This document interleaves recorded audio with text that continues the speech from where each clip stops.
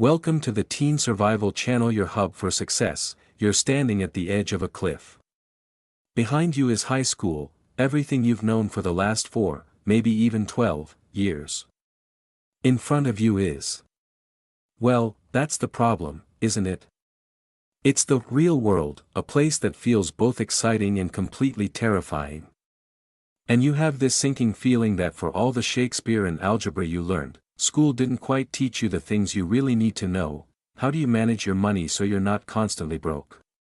How do you build good credit so you can actually rent an apartment or buy a car someday? What are the essential life skills that will set you up for success? And not just survival. If you've ever asked yourself those questions, you're in the right place. And trust me, you are not alone. A recent survey revealed a staggering 80% of teens have either never heard of a FICO credit score or don't really get its purpose. Another showed that while 85% of high school students are interested in learning about money, very few feel ready to handle their own finances after graduation. That gap between what you need to know and what you were taught. We're going to fill it. Together. This isn't just another channel. This is your survival guide. This is your blueprint for a successful life. Section 1, The Money Myth, Decoding Your Paycheck. Let's kick things off with one of the first most brutal lessons of the real world, the paycheck. You land your first job, you're hyped, you've calculated your hourly wage, and you're already spending it in your head. Then that first deposit hits your bank account, and it's smaller. A lot smaller. You glance at the pay stub and see a bunch of confusing words: federal, state, FICA. It honestly feels like you've been robbed before you even had a chance to spend your own money. This is the first money myth we need to bust. Your hourly wage is not what you take home. The reality is, a chunk of your earnings is paid in taxes. But think of it less as money being taken from you, and more as your contribution to the systems we all use, like roads, public schools, and national defense. FICA, which stands for the Federal Insurance Contributions Act, is your payment into Social Security and Medicare, basically, safety nets for your future, older self. Then you have federal and maybe state income taxes. The solution here isn't to get mad, it's to get informed. The first step to financial control is knowing exactly how much money you actually have to work with. This is your take-home pay, or net income. Here's a pro tip: before you even accept a job, use a free online paycheck calculator. You can plug in your hourly wage, your state, and how many hours you'll work, and it will give you a super close estimate of your actual take-home pay. This one move transforms you from a passive victim of your paycheck to an informed planner who knows exactly what to expect. This is the true foundation of financial control. Section 2, The Budgeting Blueprint, the 50/30/20 rule. Okay, so now you know your real income. What do you do with it? Let's be real, the word budget probably makes you want to click right off this video. It sounds restrictive, boring, and like something your parents would nag you about.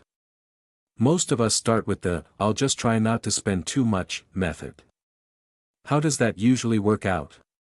You get to the end of the month, your account is dangerously close to zero, and you have no clue where all the money went. A coffee here, a new game there, take out with friends. Poof, it vanishes. The problem is the lack of a plan. But a plan doesn't have to be a prison. Let's reframe this. A budget isn't about restriction, it's about conscious direction. It's you telling your money where to go, instead of wondering where it went. The simplest, most effective blueprint to start with is the 50/30/20 rule. It's a guideline, not a strict law, and it's incredibly empowering. Here's how it works. You take your monthly take-home pay and slice it into percentages. First, 50% goes to your needs. These are the absolute must-haves. If you've moved out, this is your rent, utilities, groceries, and car insurance. If you're still at home, your needs might be your car payment, gas, or phone bill. These are the non-negotiables. Next, 30% is for your wants. This is the fun stuff. This is your entertainment, dining out, shopping, hobbies, video games, and vacations. Having a dedicated amount for once means you can spend it completely guilt-free. Finally, and most crucially, 20% goes to savings debt repayment. This is the category that builds your future. This is for paying off any debt you have, building an emergency fund, and yes, investing. We'll get to that. The magic of this rule is its simplicity. It forces you to be intentional. An actionable tip to make this even easier is to use a free budgeting app that connects to your bank account. It can automatically track and categorize your spending, showing you exactly how much you're spending on needs versus wants. You might be shocked to see how much your wants are actually costing you. This isn't about judging yourself, it's about gaining awareness. And awareness is always the first step toward change. Mid-video CTA, hey, if this is already starting to click and you're feeling even a little less overwhelmed, do me a quick favor and hit that like button. It tells the YouTube algorithm that other teens need to see this survival guide, too. And if you haven't already, make sure you subscribe, because we are just scratching the surface. Section 3, The Saving Secret, Paying Yourself First. Alright, we talked about putting 20% of your income toward savings. But let's be honest. Most people intend to save. Their big plan is to just save whatever is left over at the end of the month. The problem? There is almost never anything left over. Life happens. An unexpected sale, last-minute concert tickets, a car repair. Your good intentions get shoved to next month. This is the single biggest mistake that keeps people broke. The solution is a radical shift in your thinking, a concept called pay yourself first. It's exactly what it sounds like. You need to stop thinking of savings as the leftover scraps. Instead, treat your savings like the most important bill you have to pay each month. The very moment you get your paycheck, before you pay rent, before you buy groceries, before you even think about those new sneakers, a portion of that money gets transferred directly into a separate savings account. The key to making this completely effortless is automation. Just log into your online banking and set up a recurring, automatic transfer. Tell your bank to move $50, or $100, or whatever you can swing, from your checking to your savings account the day after every payday. This removes willpower and forgetfulness from the equation. Your savings just happen in the background. Like magic, start small. Seriously, even if it's just $25 per paycheck. The amount is less important at the beginning than building the habit. Once you see that savings balance start to grow, it becomes addictive. This automated habit is the secret engine of wealth creation. This is how you build an emergency fund, that crucial cushion of 3 to 6 months of living expenses that protects you when life throws you a curveball. Don't wait to see what's left. Decide what your future is worth, and pay that bill first. Section 4, The Credit Code, Building Your Financial Reputation. Now for a word that you've probably heard adults use with a weird mix of fear and confusion: credit. What even is a credit score? It's one of the most misunderstood but critical numbers in your adult life. The problem is, a lot of teens think that no credit is the same as good credit. It's not. No credit is a blank page. And to a lender, a bank, or a landlord, a blank page is a total mystery box, a risk. Think of your credit score as your financial reputation. It's a number, usually between 300 and 850, that tells lenders how responsible you are with borrowed money.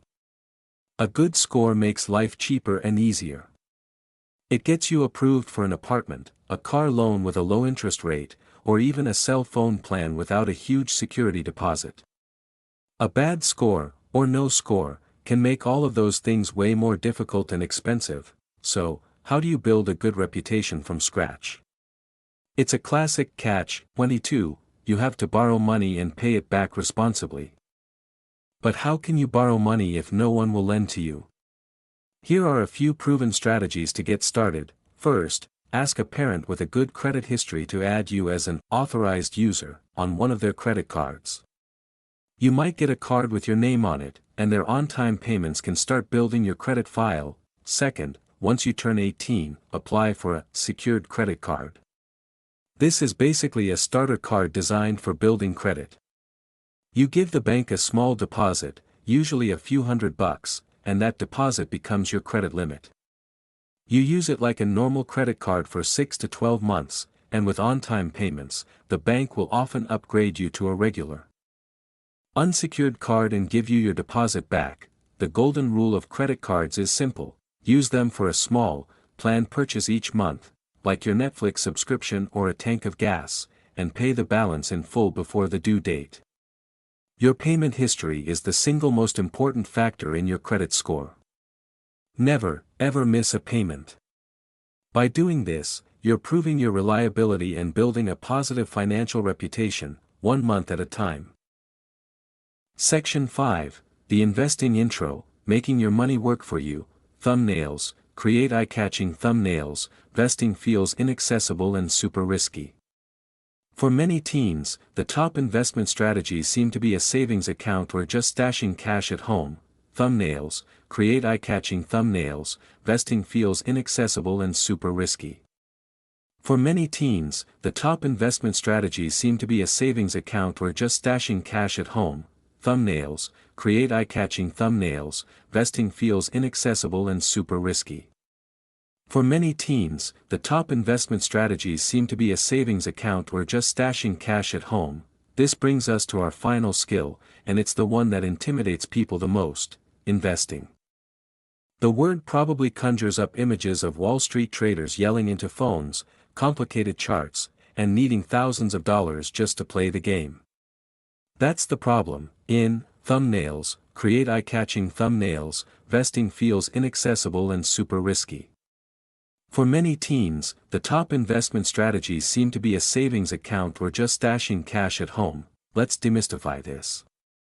At its core, investing is simply using your money to buy assets that have the potential to grow in value.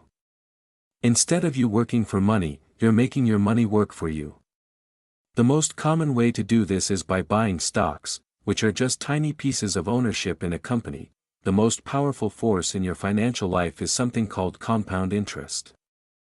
The simplest way to think of it is like a small snowball at the top of a really, really long hill. As it starts to roll, it picks up more snow, getting bigger. As it gets bigger, it picks up even more snow, even faster. That's your money when you invest it. Your initial investment earns returns, and then those returns start earning their own returns. The growth becomes exponential over time. Your single greatest advantage as a teen or young adult is time. Someone who starts investing just $100 a month at age 18 can end up with dramatically more money by retirement than someone who starts investing $500 a month at age 35. You're at the top of that long, snowy hill. The solution is to start small and start now. You don't need thousands of dollars. There are tons of apps today that let you start investing with as little as $5 by buying fractional shares of major companies. And once you have earned income from a job, you can open a Roth IRA, a retirement account with incredible tax advantages for young people. Over 40% of teens don't know what a 401k or retirement account is, putting them at a huge disadvantage. Don't let that be you. You don't have to be an expert. You just have to begin. Let's do a quick recap of the blueprint. It starts with understanding your paycheck so you know what you're really working with. Then, you give that money a purpose with the 50/30/20 budget. You build the unstoppable habit of saving by paying yourself first. You forge a strong financial reputation by building your credit score responsibly. And finally, you put your money to work for you by starting to invest, even if it's just a little bit. This might feel like a lot. But listen, no one is born knowing this stuff. These are skills, and just like any skill, they can be learned. This is the education you deserve. This channel is your hub, your classroom, and your survival guide for the real world. That feeling of being unprepared? We're going to replace it with confidence. That anxiety about the future. We're going to turn it into a plan. You are not destined to be broke or stressed about money. You just need the right map. This is it. So, if you're ready to stop feeling anxious and start feeling empowered, make sure you hit that subscribe button and ring the notification bell so you don't miss a single lesson. Your journey to success starts right now, and before you go, drop a comment below and let me know, what is the number one money question you wish school had answered for you? Your questions are going to shape the future of this channel. Welcome to the Teen Survival Channel.